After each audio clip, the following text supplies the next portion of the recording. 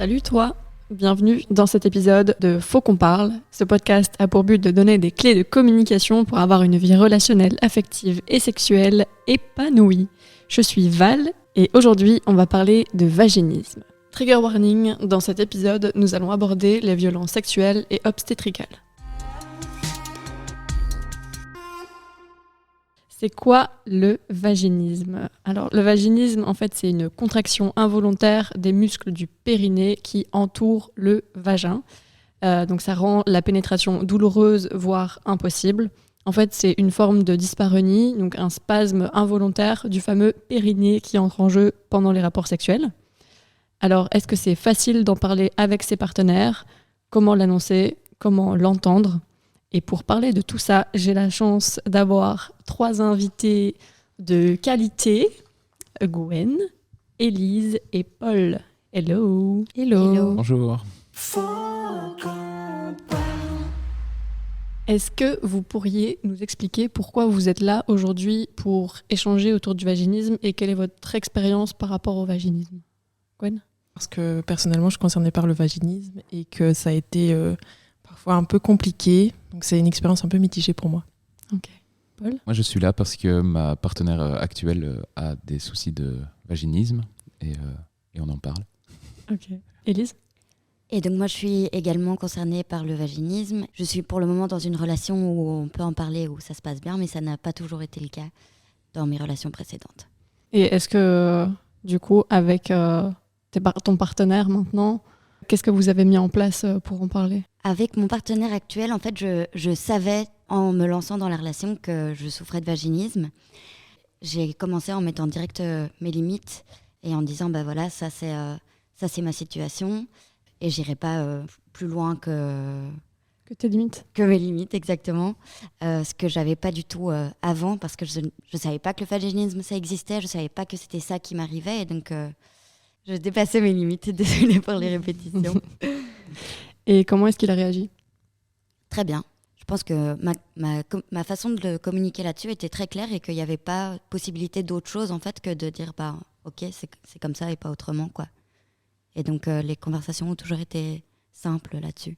Je rebondis un peu sur ce que Élise disait. Je pense qu'à partir du moment où j'ai su que vraiment j'avais du vaginisme, j'ai pu dire entre guillemets presque poser mes limites. Ça a été hyper compliqué de poser des limites. Mais par contre avant où je savais pas ce qui se passait. En fait, je faisais tout pour qu'on me touche pas, quoi. Genre un peu en mode ça marche pas. Moi, je sais que ça marche pas, donc en fait, j'ai pas envie que l'autre personne me touche.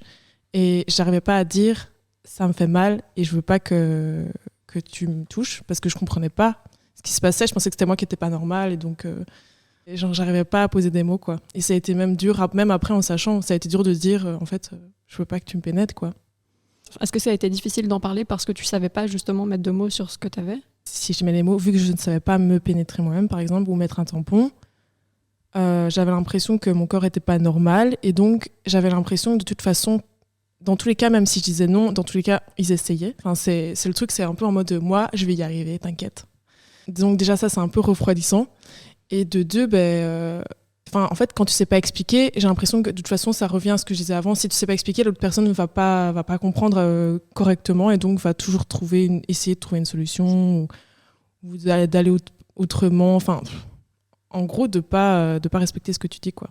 Mais bon, donc c'est pour ça que c'était compliqué. Et en plus, il y avait ce truc. Moi, j'étais hyper honteuse, donc d'office que j'osais pas dire les choses, quoi. J'étais pas comme les autres filles. Lol. Oui, donc gros problème de consentement d'une part et d'information d'autre part. Par rapport à toi et de ne pas savoir ce que tu avais, quoi. Mm-hmm. Et pour toi, Paul, comment s'est passée la discussion au sujet du vaginisme ? En fait, au début de notre relation, elle ne disait rien, en fait. Et puis, à un moment, elle a commencé à m'en parler, enfin, on va dire qu'elle avait mal, etc., après les rapports. Petit à petit, en fait, très naturellement, on en a parlé, quoi, et essayer de trouver des solutions d'accompagnement, etc. On a été voir une sexologue, une kiné. Un peu, enfin voilà, on a fait un peu le tour des hôpitaux de Bruxelles pour un peu trouver le problème, quoi. Et voilà, maintenant, elle a posé ses limites entre guillemets. On en parle à chaque fois avant ou pendant. Si ça va pas, on arrête ou alors on fait autrement, etc. Donc c'est venu assez naturellement et je sens que ça la met aussi beaucoup plus à l'aise le fait de pouvoir en parler et de dire stop dès qu'il y a un souci, quoi. Mais ça a été facile, la discussion à ce sujet par rapport à... Du coup, vu que j'étais pas dans sa tête, je ne pouvais pas savoir au début si ça la gênait ou pas d'en parler.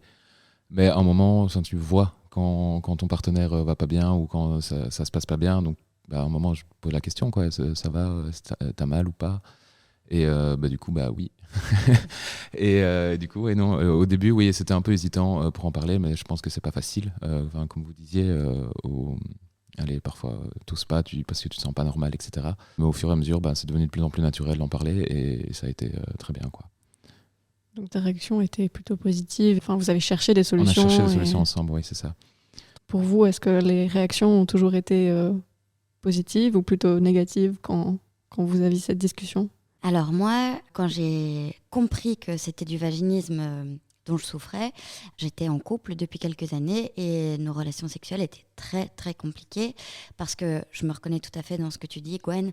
Je savais pas ce qui se passait et donc j'arrivais même pas à dire que je voulais pas avoir de rapport parce que je me sentais pas normale et qu'il y avait un problème chez moi. Et effectivement, il y avait un problème, mais sans savoir ce que c'était, je me disais juste que j'étais folle en fait. Et donc voilà, finalement, j'ai une gynéco qui a posé ce mot-là, qui m'a prescrit de la kiné vaginale ou périnéale, je ne sais plus comment on dit. C'est plutôt ton périnée que tu vas rééduquer. Ouais. Mais du coup, je sais pas. J'en ai fait aussi, mais je sais plus du tout comment ça s'appelle en fait. Mais c'est aussi une kiné. En tout cas, c'est de la kinésithérapie du périnée. Donc c'est ton périnée que tu vas rééduquer, pas ton vagin, parce qu'en vrai, ton vagin, il subit juste les trucs. Hein. Ouais, donc kiné périnéale. Disons ça. Et donc j'ai commencé à avoir cette kiné quand je sortais avec le garçon dont je parlais. Lui, il a un peu sauté sur l'occasion pour aussi ce que tu disais, se dire que lui, il allait me guérir et qu'en fait, nos rapports allaient être une façon de guérir ce vaginisme. Et donc ça a été hyper... la question du consentement, du coup, était devenue très, très ambiguë dans notre couple parce que il y avait d'un côté mais maintenant, on sait ce que tu as, donc on va essayer d'avoir des rapports qui vont faire que tu vas guérir de ce truc-là. Mais au-delà du vaginisme, en fait, moi, je n'avais pas de libido, j'avais pas envie. Et ça a été impossible pour moi, dans cette relation-là, de lui faire comprendre ça, quoi. Que, en fait, j'avais pas envie. J'avais pas envie d'avoir mal, j'avais pas envie de chercher des solutions, j'avais juste pas envie de rapport, quoi. Donc là, la communication était bloquée, entre guillemets. Ouais. Et pour toi, Gwen? Les premières expériences, je savais pas. Et donc, ça a jamais été un sujet de discussion. C'était juste en mode, tu me touches pas. Enfin, je me disais même pas, tu me touches pas. En fait, je faisais tout pour que la personne ne me touche pas et limite être juste moi la personne active, quoi. Donc, ni communication. Non, il y avait rien du tout. Parce que moi, je savais pas. Et de toute façon, je pense que j'étais dans un truc où je me sentais tellement honteuse que c'était pas possible pour moi d'en parler. Puis, j'ai su ce que j'avais. J'ai pas eu de relation directement, mais plus ou moins 2 ans après, j'ai rencontré un garçon, du coup. Et là, je lui ai dit que j'avais du vaginisme. Et il y avait ce truc où il fallait toujours essayer, quoi. Genre, on va essayer de voir si ça va rentrer. Et j'étais un peu en mode... en fait, moi, je savais pas poser mes limites. Et j'avais aussi envie, très clairement, je pense qu'à partir du moment où tu peux pas être pénétré et que la norme, c'est d'être pénétré, t'as d'office envie que ça marche à un moment donné. Enfin, j'ai l'impression que moi, c'était ça dans ma tête. C'était, si ça marche pas, t'es pas normal. Et donc, je savais pas poser. Entre guillemets, c'était poser, mais il y avait toujours ce truc où il y avait un moment donné où la personne essayait, ou moi-même, j'étais en mode, OK, on va essayer. Puis ça s'est terminé. Et puis, ma dernière relation, c'était la même chose, en fait. J'ai posé le fait que j'avais du vaginisme et que je voulais pas être pénétrée. Et encore ce truc de, j'essaye, et j'étais un peu en mode... Ça m'énerve, quoi. Enfin, en fait, ce moment-là, je me suis pas énervée. J'ai fait limite une crise de panique parce que j'étais un peu en mode, mon Dieu, quoi. Genre, là, j'ai vraiment posé mes limites. Et la personne m'a répondu, mais je pensais juste que t'aimais pas. Non, mais... Non. En fait, si j'aime pas, je te dis j'aime pas. Et même si j'aime pas, en fait, Bah oui, c'est tu ça. vas pas. Je croyais juste que t'aimais pas. Non, mais c'est ça. Quand bien même. Et puis, mais donc, il a fallu que, en fait, je fasse une crise de panique pour qu'après, du coup, tout le long de la relation, ça a été. Évidemment, on a su en parler après. Mais je trouvais ça un peu dommage que je pose peut-être mal mes limites, mais même si j'aime pas, le truc était là, quoi. Enfin, j'avais dit non, quoi. Clairement, le manque d'informations fait qu'on comprend pas toujours ce qui se passe et du coup, c'est encore plus difficile de communiquer sur un sujet où t'es pas au courant et tu comprends pas. C'est pour ça qu'il y a des professionnels de santé. Est-ce que c'est facile d'en parler avec des professionnels de santé, justement? Si, par exemple, on va voir même ne serait-ce qu'un médecin ou gynéco, ou... parce que j'imagine qu'on va pas voir directement un sexologue. Je sais pas trop comment ça s'est passé avec vous. Elle a d'abord été voir juste sa gynéco, et il y avait un peu une hésitation, c'était de l'endométriose ou du vaginisme. Et puis oui, elle lui a conseillé d'aller voir une sexologue, donc on en a cherché une, on a trouvé une super chouette. Bah, là, du coup, c'est plus ta copine qui a discuté de ça avec sa gynécologue, Ouais, donc tu exactement. sais pas vraiment... Ouais. Mais je sais qu'elle m'avait dit qu'elle a quand même dû changer de gynécologue parce que le premier ne comprenait pas ou disait juste que c'était pas normal, enfin un peu compliqué, quoi. Pour toi, du coup, Élise, un rendez-vous avec un professionnel pour décréter ce que tu avais finalement, puisque tu savais pas? Moi, la gynéco qui a posé ce diagnostic-là, elle l'a fait d'une façon très chouette. En fait, j'avais déjà vu quelques gynécos différentes et à chaque fois, on me disait pendant l'examen gynécologique « Mais mademoiselle, vous avez été agressée, vous avez des réactions de femmes qui ont vécu des violences sexuelles, etc. » En fait, c'est absurde. Je disais « Mais non, pas du tout. En fait, je pense que je vivais des violences sexuelles, effectivement. » Mais j'en avais pas conscience parce que dans ma tête, un viol, c'était dans une ruelle, un inconnu, le couteau sous la gorge, et c'était pas au sein de mon couple avec mon amoureux que j'aimais profondément. Donc ça, j'ai compris plus tard. Mais donc, elle a été très chouette et m'a dit, mais en fait, c'est pas obligé de se passer comme ça, c'est pas obligé de vous faire mal, et il y a des solutions qui existent. Et donc, elle m'a prescrit donc la kiné qu'on a décidé d'appeler périnéale. J'ai pas trop apprécié cette expérience-là. J'ai fait, je crois, une dizaine de séances quand même. Et donc, moi, comment ça se passait? C'était avec une sonde vaginale qui est reliée à un écran. Et alors, il y a un dessin sur un ordinateur. Et en fonction du dessin, on doit contracter le périnée, relâcher le périnée. Et il y a donc un système de feedback parce qu'on voit, on voit sur l'ordinateur quand on contracte et quand on relâche. Et donc, c'est l'idée d'associer cette image avec la sensation qu'on ressent, et donc d'apprendre à relâcher. Du coup, c'était une façon de le prendre en charge qui était complètement mécanique. Or, pour moi, je pouvais être pénétrée, mais ça me faisait super mal, mais ça marchait. Et donc, je ne suis pas sûre que pour moi, c'était la prise en charge adéquate. Il n'y avait même pas de discussion avec elle. On n'a pas parlé de vaginisme, en fait. On a juste parlé biomécanique, quoi. C'était pas très intéressant dans mon cas, en tout cas. Donc ça t'a pas aidé? Non. Et toi, Gon, t'avais aussi fait de la kiné? Oui, moi je suis passée un peu par plein de médecins différents et plein de spécialistes, mais en gros, la première personne qui a posé, c'était une gynécologue du coup. Mais j'avais déjà été voir quelqu'un d'autre avant qui m'avait pas du tout aidé. Et puis après être passée chez un gynécologue, j'ai vu un sexologue. Quand je lui ai expliqué un peu ce qui s'était passé, alors je revois sa tête affolée en mode « Oh mon Dieu, va falloir faire ça !» J'étais là « Ok, d'accord. » Donc j'ai été voir une thérapeute corporelle. Ça n'a pas fonctionné. On m'a aussi proposé de me prescrire des petites crèmes anesthésiantes pour que ça puisse fonctionner. Je disais, non. Crème anesthésiante. Oui, parce que ça existe du coup pour mettre à l'entrée du vagin et pour que ça fasse pas mal en fait. Mais en fait, ça, c'est un peu te réduire à une pénétration pour moi. C'était pas m'amener une solution qui était faisable, vu que ça ne marchait pas. Et puis après, j'ai été voir cette sexologue que j'avais vue en premier, qui m'a dit « Ah, mais il existe une sorte de thérapie qui s'appelle le MDR. » Et donc, j'étais là « Ok, on va essayer ça. » Donc, je trouve ma thérapeute, qui est toujours ma thérapeute aujourd'hui. Et très clairement, là, ça a été genre l'avancée, quoi. Mais ça a été... Donc, j'ai su en 2015 et j'ai rencontré ma thérapeute MDR en 2018.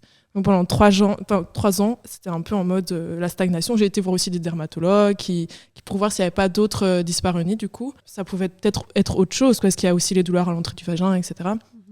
Et du coup, là, c'était vraiment...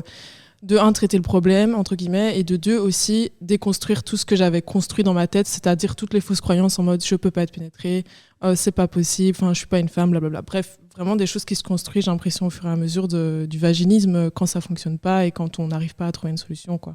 Et c'était une thérapeute qui m'a un peu sauvé la life. Et comment vous décrivez le vaginisme à un professionnel de santé?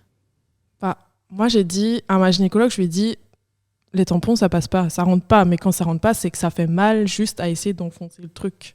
Et je sais que c'est pas censé être agréable, mais c'est pas non plus censé avoir l'impression qu'on te déchire l'intérieur du corps. Et je lui ai dit aussi que, du coup, toute pénétration, que ce soit par moi ou par quelqu'un d'autre, avec ne fût-ce même qu'un doigt, par exemple. C'était impossible, ça me faisait mal. Il y avait une réaction aussi de mon corps qui... Enfin, des fois, genre, je reculais toute seule alors que je ne décidais pas de reculer, par exemple. Du coup, de là, on est parti sur... moi, je me suis fait ausculter, par exemple, mais je pense qu'il y a peut-être d'autres moyens de regarder aussi. Comme un dermatologue, par exemple, elle m'a fait un test avec le coton-tige. Donc, il y a un test de coton-tige qui permet de voir si certains points de douleur au niveau de l'entrée du vagin sont réactifs ou pas. Il y a plein de choses qui peuvent être testées. Mais ça, c'est plutôt pour la dyspareunie, genre typique douleur à l'entrée du vagin et pas forcément vaginisme. Il y a aussi des vulvodynies et des choses comme ça. Enfin, il y a plein d'inflammations autour de la vulve et dans la vulve et à l'entrée de la vulve. Plein de choses. Du coup, le diagnostic doit être encore plus compliqué s'il y a autant de choses. Pour ça, oui, en tout cas, je pense que... Et même, genre par exemple, le vaginisme, je pense que c'est... Enfin, en tout cas, ma thérapeute, elle m'a dit clairement, genre 90-95% des cas, c'est traitable. Donc, tu vas guérir. Tu seras peut-être pas pénétrable comme tu veux, mais c'est possible de guérir ce genre de choses. Mais par exemple, une inflammation au niveau de l'entrée de la vulve, par exemple, c'est hyper compliqué. Enfin, moi, c'est pour ça qu'on m'avait proposé, par exemple, des crèmes anesthésiantes. Parce qu'en fait, l'inflammation ne part pas en mode avec un traitement thérapeutique ou avec de la kiné, quoi. Donc ça doit être hyper, hyper compliqué. Je suis hyper choquée.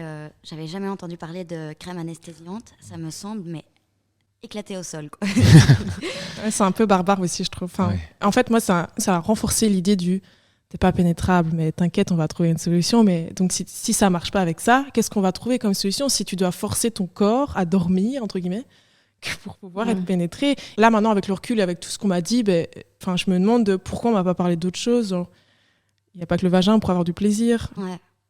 Et peut-être que c'était moi qui m'exprimais mal et que du coup, le message, c'était « je veux être pénétré ». Mais après, évidemment, à un moment donné, on a envie d'aussi être conforme, entre guillemets. Enfin, j'ai l'impression qu'on pourrait me parler d'autre chose, de tout ce qui est haute forme de plaisir et qui est tout aussi important et voire même parfois mieux. Et est-ce que ça, justement, il n'y a pas moyen de l'amener avec des professionnels de santé ? Ça me convient pas. Est-ce qu'il y a moyen de trouver d'autres solutions ?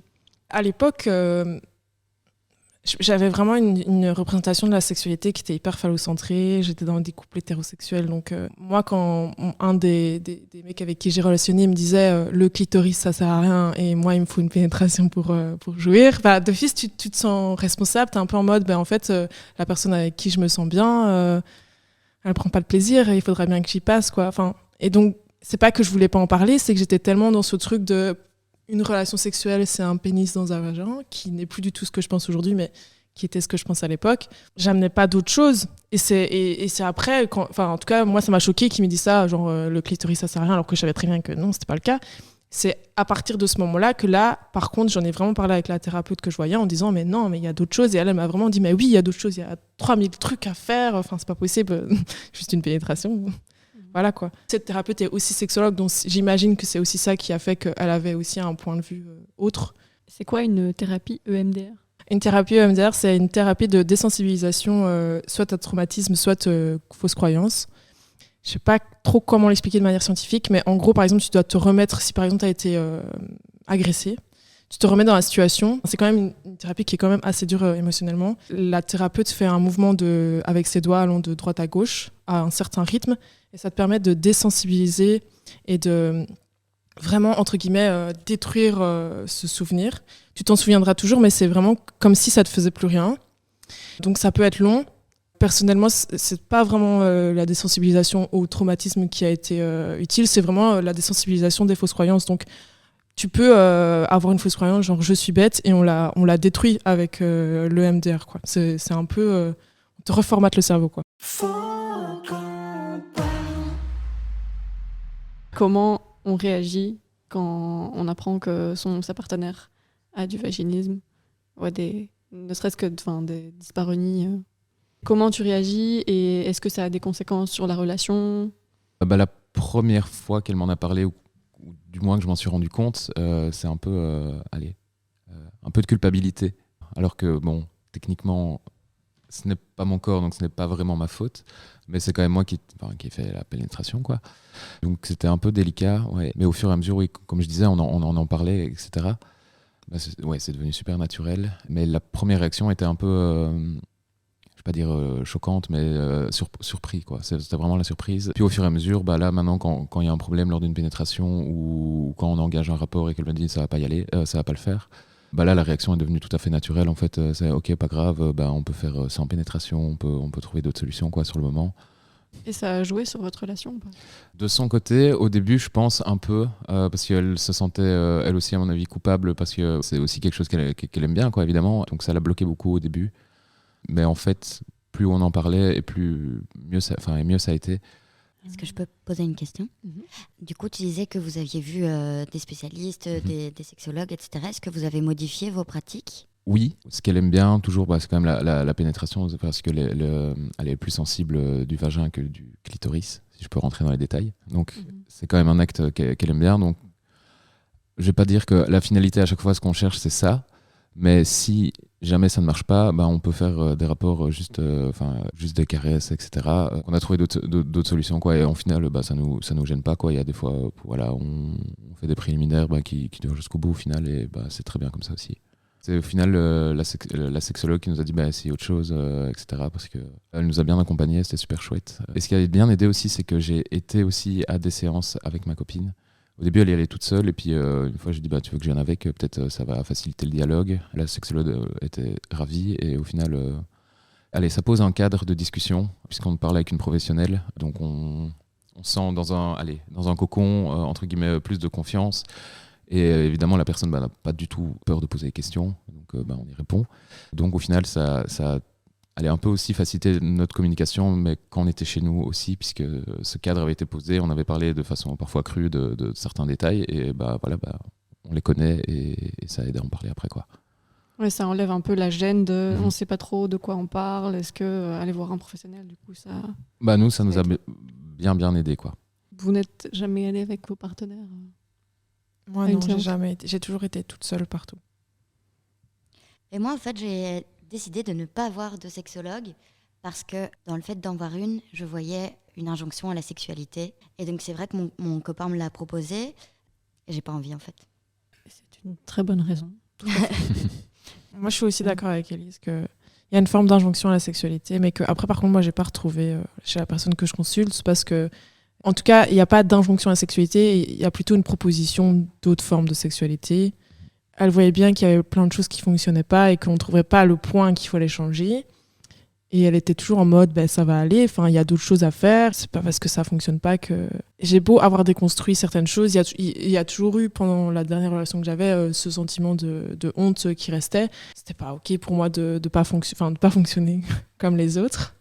Mais j'ai jamais retrouvé ça chez ma thérapeute, quoi. Et c'était très bien parce que moi, elle m'a amené plein d'autres façons de penser qui étaient peut-être déjà là, mais qui ont pris confiance, entre guillemets, quand j'étais avec elle, quoi. Et puis, il ne faut pas forcément de sexualité pour avoir une relation épanouie non plus. Relation amoureuse ou... Oui. Je pense, j'ai l'impression que c'est des injonctions sociétales insidieuses, quoi. Elles sont là, t'as beau avoir envie de ne pas y penser. Je sais pas, j'ai l'impression que ça reste dans un petit coin de ma tête, en mode... Parce que là, par exemple, des fois, je réfléchis à comment je vais en parler la prochaine fois que je devrais avoir une relation plus intime avec quelqu'un, quoi. Que ce soit une relation sexuelle ou amoureuse, ou même juste comme ça, on se voit de temps en temps. Il faut en parler, vu les fois où j'en parlais pas et que de toute façon, ça ne fonctionnait pas. Donc, il faut en parler, mais c'est hyper compliqué de se demander comment la personne va réagir, quoi. Je pense que c'est à chaque fois l'enjeu, c'est ça. C'est pas forcément moi, c'est la personne en face.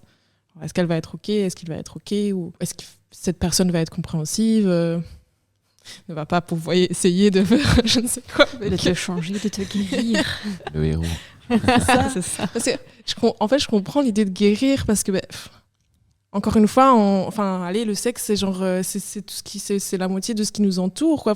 Notre société est hyper sexualisée, donc je comprends ce truc. Si moi j'avais honte, je comprends qu'une personne en face de moi se dise il faut guérir, quoi, mais c'est pas à toi de guérir, c'est pas à toi de me guérir, c'est à moi de me guérir toute seule, entre guillemets. Il y a que mon corps qui peut accepter ou qui peut ne pas accepter, donc c'est pas en me faisant n'importe quoi. Tu peux faire tout ce que tu veux, ce sera pas toi qui va débloquer quelque chose, quoi. Malheureusement. Oui, c'est un travail à faire sur soi ou à ne pas faire aussi. Voilà. On peut aussi accepter. Tout à fait. Avec, quoi. Tout à fait. Tu voulais rebondir par rapport à aux injonctions à la sexualité, et par rapport à ton évolution, par rapport au vaginisme dans tes relations, etc. Donc moi, j'ai accouché il y a 1 an et demi. Et depuis ma grossesse, j'ai plus du tout eu de rapport sexuel, qui soit pénétratif ou autre. C'est hyper reposant pour moi de m'être sortie de cette injonction à la sexualité et d'avoir en fait renoncé au sexe. Je pense que j'ai été pendant toute ma vie sexuelle dans un combat contre moi-même et contre mon corps et dans une dualité interne permanente épuisante. Mon accouchement s'est hyper mal passé, j'ai subi des violences obstétricales, etc. Et ça a été vraiment le truc où j'étais là, mais on arrête les frais, quoi. Et moi, ça me fait beaucoup de bien d'avoir quelqu'un à côté de moi qui a accepté ça, qui essaye plus. C'est dur, hein, dans la relation, c'est dur parce que lui, il n'a pas choisi de ne plus avoir de rapport du tout. Et donc pour lui, c'est difficile et ça passe quand même par de nombreuses discussions. Et là, on est aussi dans des considérations, tiens, est-ce qu'on devrait en fait ouvrir notre couple pour que lui puisse aussi avoir la vie sexuelle qu'il a envie d'avoir et parce que j'apprécie hyper fort qu'il respecte mon choix à moi, mais j'ai aussi envie que lui puisse être épanoui dans ce dont lui a envie. Donc c'est quand même compliqué dans une relation monogame. D'où l'importance de la communication, justement. Ouais. Avant que tu tombes enceinte, il était au courant, vous en avez déjà beaucoup parlé, et il avait accepté ça aussi? En fait, je suis tombée enceinte, je crois qu'on avait couché ensemble 3-4 fois. Tout à l'heure, tu as dit un truc, tu as dit je me sentais pas femme avec ce vaginisme. Et moi, c'était ça, en fait. Je suis tombée enceinte, j'étais là, mais c'est impossible, je ne suis pas femme, quoi.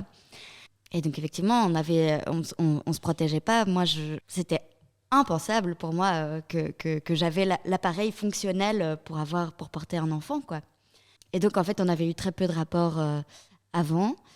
Mais on en avait eu quand même. Et je pense que moi, à ce moment-là, j'étais encore dans un truc, il faut que je lui fasse plaisir. C'est horrible, mais moi, je me considérais vraiment comme un récipient, quoi.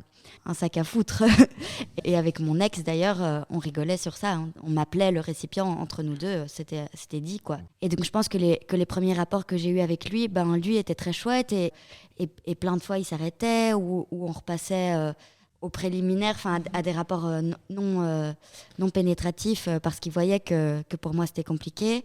Mais moi, je restais dans un truc de non, mais vas-y, viens, on le fait, on couche ensemble avec pénétration. Voilà, moi j'avais un peu développé mes techniques pour que ça se finisse vite, quoi. Mais je gardais cette injonction. Et moi, la seule façon que j'ai trouvée pour me sortir de ça, c'est d'abandonner tout simplement le sexe, quoi. Et je le vis bien pour l'instant. Mais voilà, parfois je me demande, est-ce que je suis en train vraiment de me priver d'un truc incroyable? Mais en fait, mon corps peut plus, quoi. Parce qu'on a quand même de l'intimité, hein. On dort ensemble, dans les bras l'un de l'autre, on a plein d'affections physiques. Mais dès que ça devient un petit peu charnel, je frise et mon corps suit plus, quoi. Et je pense que c'est la façon qu'il a trouvé de me protéger, quoi. Waouh. C'est bien dit. Ouais, c'est ça.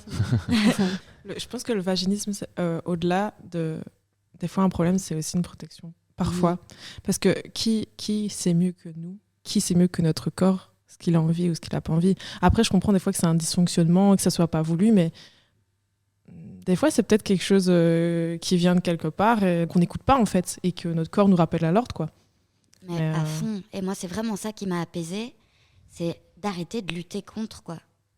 Et je dis pas du tout ça pour dire le vaginisme c'est une fatalité et machin, pas du tout, parce que moi-même j'ai pu avoir des rapports avec mon copain de maintenant qui ont été chouettes, mais j'ai un tel travail à faire d'abord de me séparer de tout ce que j'ai intégré. Il faut faire du sexe, il faut que le mec finisse en toi, il faut machin. Il y a tout ça à lâcher avant que je puisse éventualiser le fait d'avoir des relations sexuelles pénétratives qui se passent bien, quoi.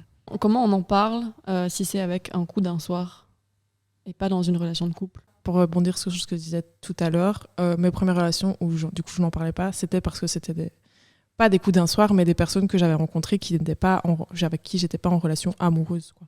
Et où en tout cas je n'étais pas fixée. C'était aussi pour ça qu'il n'y avait pas de communication. C'était parce que c'était pas les personnes avec qui je voyais le truc beaucoup plus loin et parce que je n'avais pas les ressources pour en parler, en tout cas. Moi, perso, c'est du coup une situation dans laquelle je me suis jamais retrouvée d'avoir un coup d'un soir, justement pour ça, je pense. Parce que c'est impossible d'aller se confronter à ça, quoi. Je pouvais avoir des soirées où j'étais super attirée par quelqu'un, où il y avait un truc qui se passait et tout, mais impossible de rentrer ensemble, quoi. Moi, je me suis pas empêchée de... En fait, je sais pas si... Genre, comme toi, je suis attirée par des gens, mais donc je ne sais pas si c'est réciproque, donc je ne vais pas... je vais pas aller plus loin, entre guillemets, mais par contre, je sais que même encore aujourd'hui, alors que j'ai quand même déconstruit plein de trucs, je sais que j'ai peur, quoi. J'ai peur de... Je sais pas, qu'il se passe vraiment quelque chose avec quelqu'un et que cette personne me dise allez, on rentre ensemble. Je sais pas, j'ai l'impression que j'arriverai pas à en parler et que de nouveau, je vais me retrouver dans ce cercle vicieux du je n'arrive pas à poser mes limites, donc je vais plus loin que mes limites et je ne me respecte pas. Et c'est vraiment quelque chose, je pense, qui est important aujourd'hui. Si j'ai réussi à faire tout ce chemin, c'est pas pour revenir en arrière. Donc, tant que j'arriverai pas peut-être à être sûre de moi, j'ai l'impression que je me cadenasse dans la façon d'agir, quoi. D'où l'importance du consentement et de la communication dans les relations. En tout cas, moi, je pense que le vaginisme, je sais pas pour vous, mais ça m'a permis, au-delà du fait que moi, j'arrive pas à poser mes limites, par contre, j'arrive à demander à l'autre très souvent en mode est-ce que c'est OK, tout va bien, est-ce que t'aimes ça ou est-ce que t'aimes pas ça, est-ce que je suis peut-être pas encore au point sur moi-même, mais ça m'a permis, en tout cas, de vraiment communiquer par rapport à l'autre. Parce que je pense qu'à un moment donné, peut-être que je fais le point sur ce qui m'est arrivé et que je voudrais pas que ça arrive à quelqu'un d'autre non plus, quoi. C'est beaucoup de non-dits, le vaginisme aussi, donc si l'autre personne en face, elle n'en parle pas non plus, on n'est pas sorti du truc, quoi. Pas sorti de l'auberge. On n'est pas sorti de l'auberge. Ouais, et moi je voulais ajouter donc le consentement est la clé, clairement, mais l'information aussi, parce que je pense que si on se retrouvait face à des personnes qui ont déjà entendu parler de vaginisme et où on ne doit pas commencer à faire un cours d'anatomie et machin, on serait déjà peut-être un peu rassuré, quoi. Et la communication serait facilitée. C'est pour ça qu'on fait un podcast là-dessus.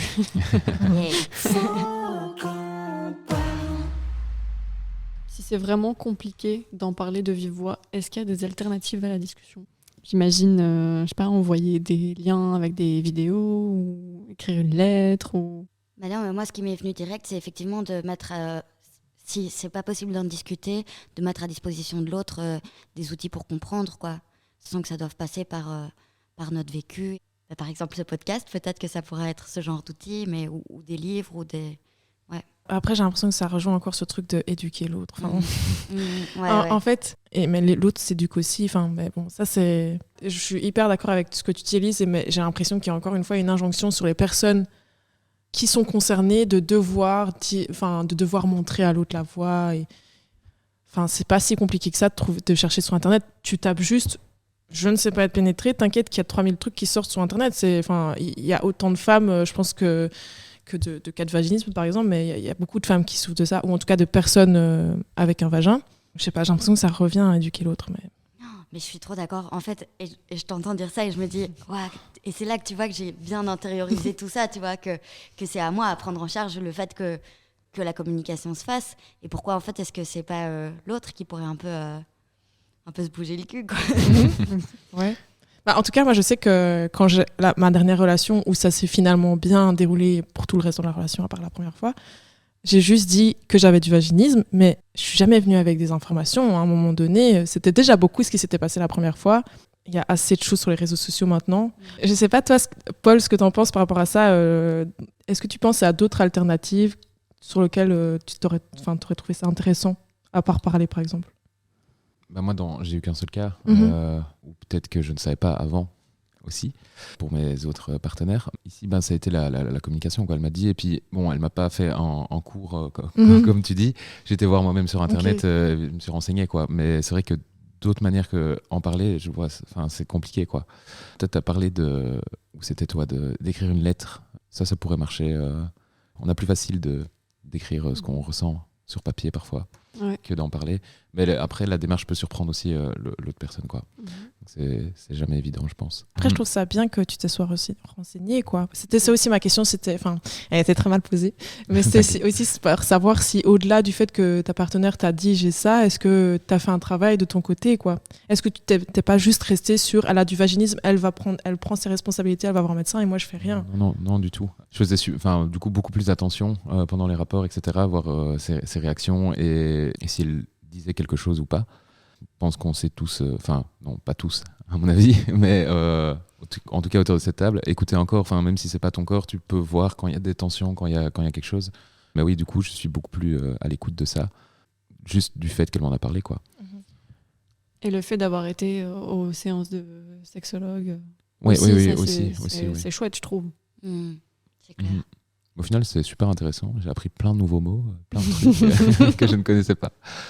Tu peux aussi les apprendre sur Moulfrit.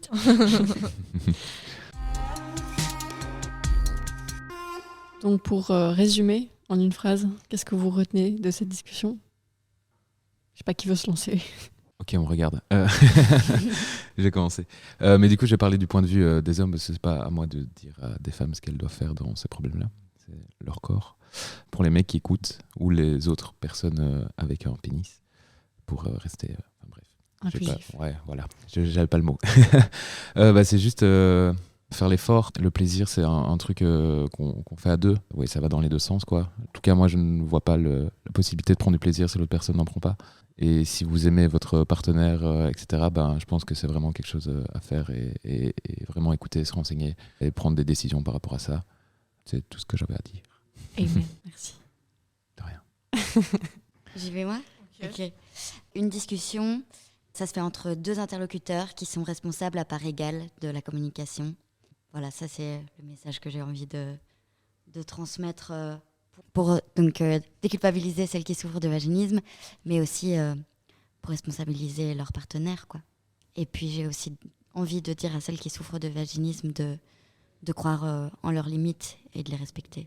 Je rebondis sur ce que tu dis, Élise. Je voulais dire aux personnes concernées de croire en elles, que ces personnes sachent qu'elles ont autant de valeur que les autres. Et c'est pas parce que ça fonctionne pas à un moment donné que voilà, elles sont nulles ou autres. Pour les personnes, du coup, entre guillemets, les partenaires, de pas vouloir sauver leur partenaire et de pas essayer si on leur dit non. Et en tout cas, de communiquer. Voilà, des fois, ça peut être dérangeant, mais l'important, c'est de dire ses limites et de parler. Merci Gwen.